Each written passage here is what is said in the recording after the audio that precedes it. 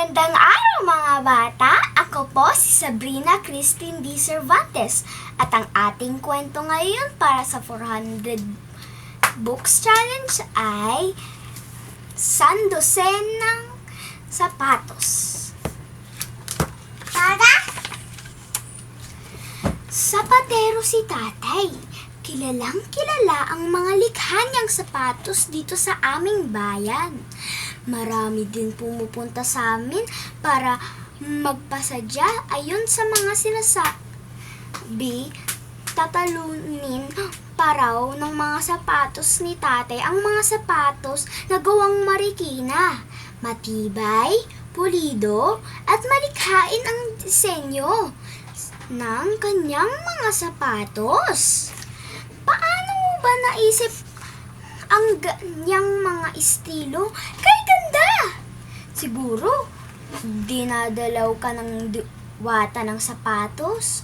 Parang may magic ang iyong mga kamay. Sa lahat ng papuri, matipid na ngingiti lamang si tatay. Tahimik na tao ang tatay ko. Bihirang magsalita.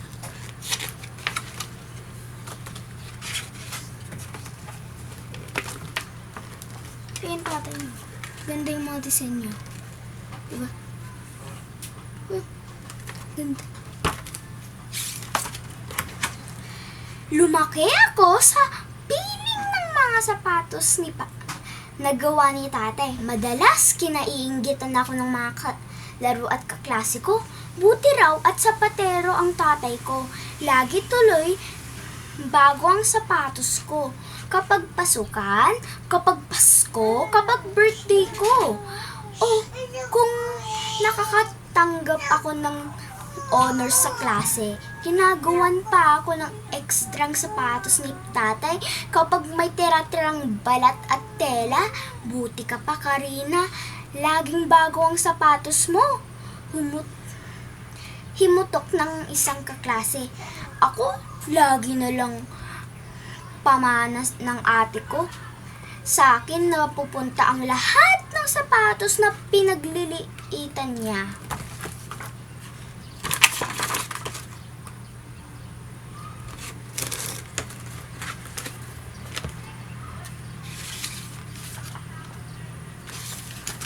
Nasa grade 2 na ako nang muling magbuntis si nanay.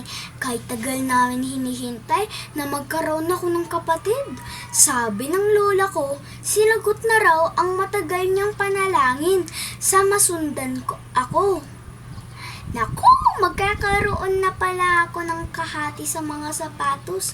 Pero di bale, dalawa na kaming igagawa ni tatay ng sapatos ngayon. Habang nasa tiyan pa si baby, narinig kong nag-uusap si nanay at tatay. Nagpa-check up ako kanina, sabi ng doktora, babae raw ang anak natin. Talaga? Kung babae talaga, pag-aaralan natin ng ballet. Gusto kong magkaroon ng anak na ballerina. Masayang sabi ni tatay. Ngayon pa lang, pag-aaralan ko nang gumawa ng sapatos na pang ballet.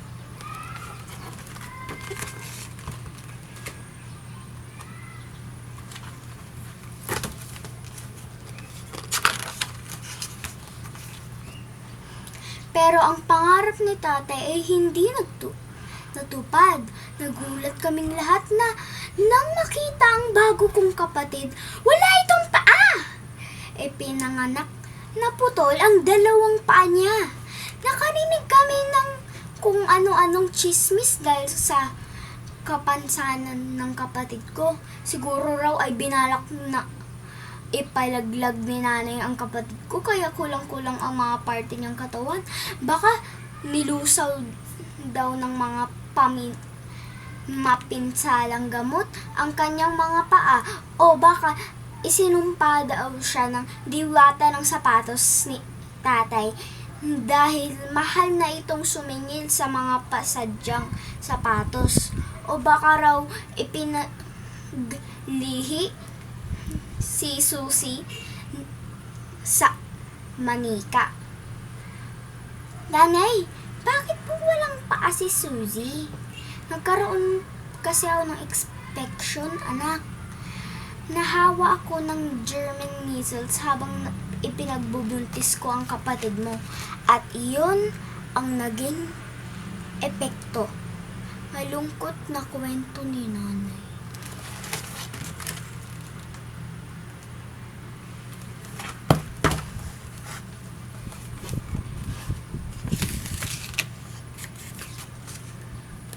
Hindi na magiging ballerina ang kapatid ko.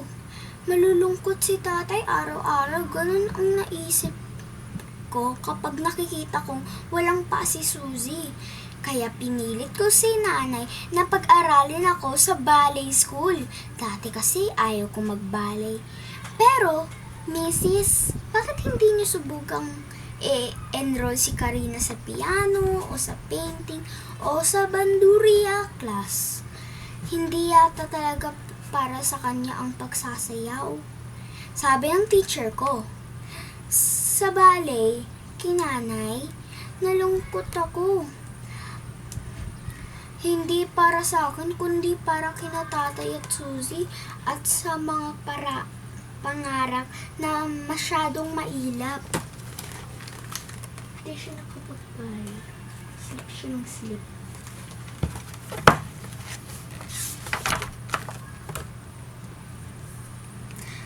Saksi ako kung paanong minamahal ni na tatay at nanay si Suzy. Walang pwedeng manloko kay Bunso. Minsan habang nagpipiknik kami sa parke, may isang mama na nakakita kay Suzy. Tingnan nyo, pwedeng pang carnival yung bata. At itinuro ito si Suzy. Biglang namula si tatay sa narinig. Tumikom ang mga kamao. Noon ko lang nakitang salubong ang kanyang mga kilay. Anong problema mo ha? Muntik na siyang suntukin. Mabutit naawat agad siya ni nanay. Isang gabi habang nakahiga kami sa kama, narinig kong kinakausap ni tatay si Suzy. Anak, hindi baling kulang ang mga paa mo. Mahal na mahal ka namin ng nanay mo. Alam namin espesyal ka sa mata ng Diyos. Mas mahalaga sa amin na lumaki kang mabuting tao at buo ang tiwala sa sarili. Masuyo niya itong hinalikan. Ito yung mama nagturo sa kanya. Ito yung tatay at nanay.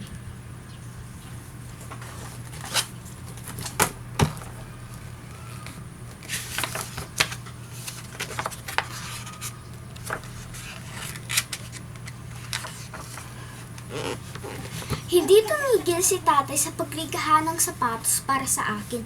Pero napansin ko kapag sinusukatan niya ang paa ko, napapabuntong hininga siya. Pagkatapos ay titingin siya kinalalagyan ng kuna. Sayang Bunso, hindi mo mararanasan isuot ang magagarang sapatos na gawa ni tatay.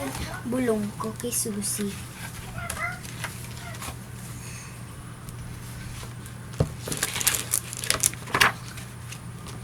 Lumaki kami ni Suzy sa malapit ang loob sa isa't isa.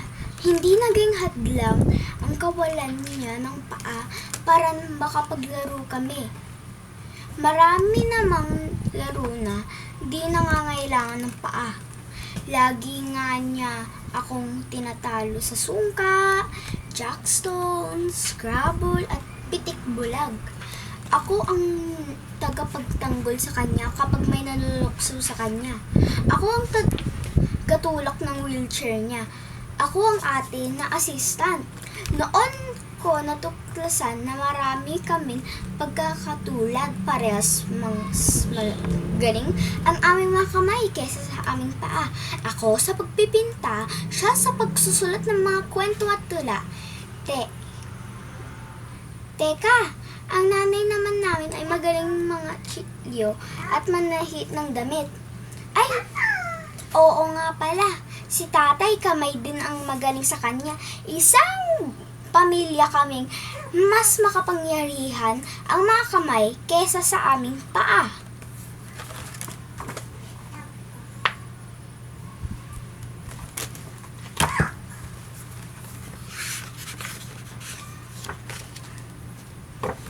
Minsan, ginising ako ni Susie. Sabi niya na naginip siya ng isang pambihirang sapatos. Nakapaganda ito sa kanyang mga paa. May paas para siya sa panaginip. Gulat na tanong ko sa sarili. Maniwala ka, ate. Kay ganda ng sapatos sa panaginip ko. Kulay dilaw na charol na may dekorasyong sunflower sa harap. At kasyang-kasya ito sa aking mga paa. Magbe-birthday sa noon. At napansin ko, tuwing bisperas ng kanyang kaarawan, nananaginip siya ng isang pares ng sapatos.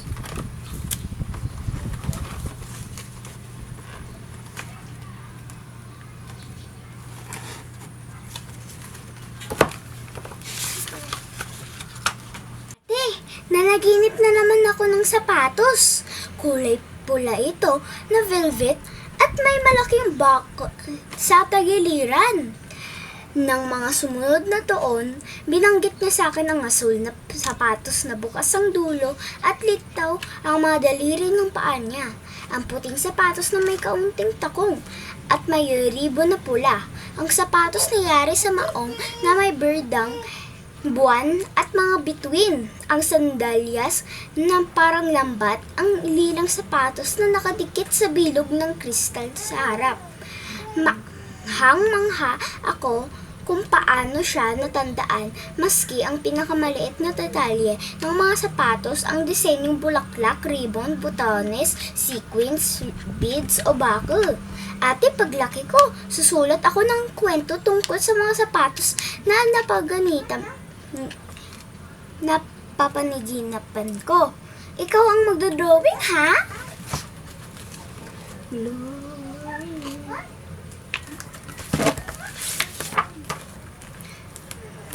Paglipas ng ilang taon, huminto na si tatay sa paggawa ng mga sapatos.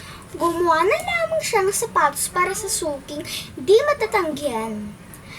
Noong nagdaw siya ng kaarawan, niragaluhan ko siya ng isang kong painting na may nakapintang isang pares na maugat na kamay na lumilikha ng sapatos. Binigyan namin siya ni Susie ng isang music box na may sumasayaw na ballerina. Pinasaya niyo ang tatay niyo, sabi ni nanay. Pagkatapos nun, naging sakitin si tatay. 12 taon si Susie nang pumanaw si tatay. Isang araw, hindi sinadyay na paggawi ako sa bodega nang naghahalungat ako ng mga lumang sapatos na pwedeng ipamigay sa mga bata na bahay ampunan sa paghahalughog. Nabuksan ko ang isang kahong mukhang matagal nang hindi nagalaw. Naglalaman ito ng isang maliit na kahon. Mga kahon ng sapatos na maingat na nakalansan. Para kaninong mga sapatos, may umorder ba na hindi na i-deliver? Tanong ko sa sarili. Pero nang masdan ako ng pares na sapatos ngayon, nagulat ako, taglay ng mga sapatos na pinakamahusay na disenyo ni tatay. Iba-iba ang mga sukat nito, mga sapatos na pang baby, mga sapatos na pangbinyag, mga pangpasyal. May pangpasok sa eskwelahan, may pangpasok sa simbahan, may sapatos na pangdalagita.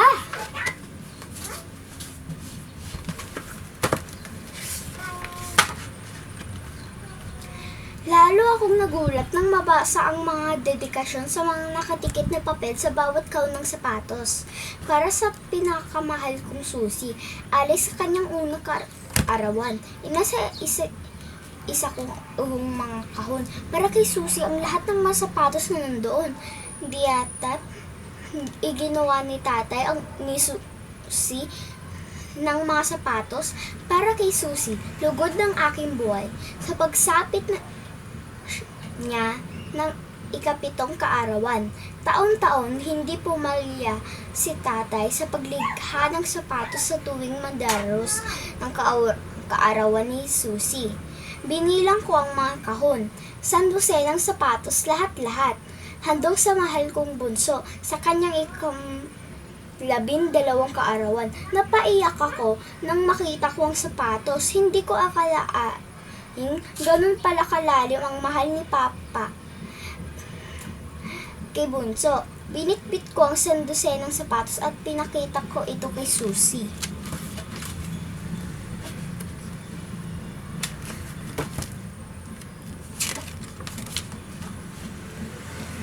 Hindi ko alam na may ginawa siyang sapatos para sa iyo, Susie. Namuong luha ng mata ni nanay. Inilihim niya sa akin ang sapatos na yan.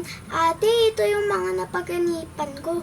Hindi na makapaniwalang sabi ni Susie habang isa-isang hinahaplos ang mga sapatos. Ha? Noon ko lang naalala ang mga sapatos na ikwinento ni Susie.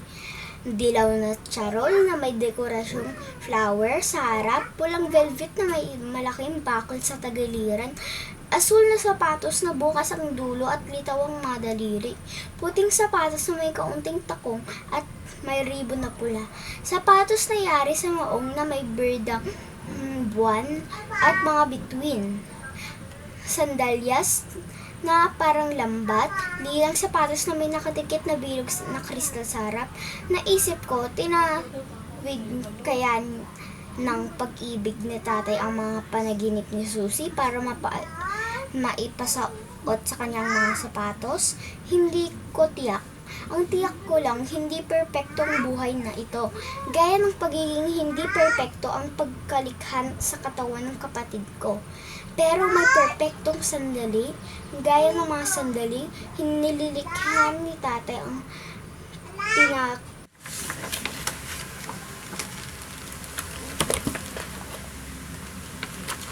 katapusan. At yun ang katapusan ng kwento natin na Sandosenang Sapatos na kwento ni Luis Picat Maitang, MD, guhit ni Beth Paroca. Thank you po sa pakikinig.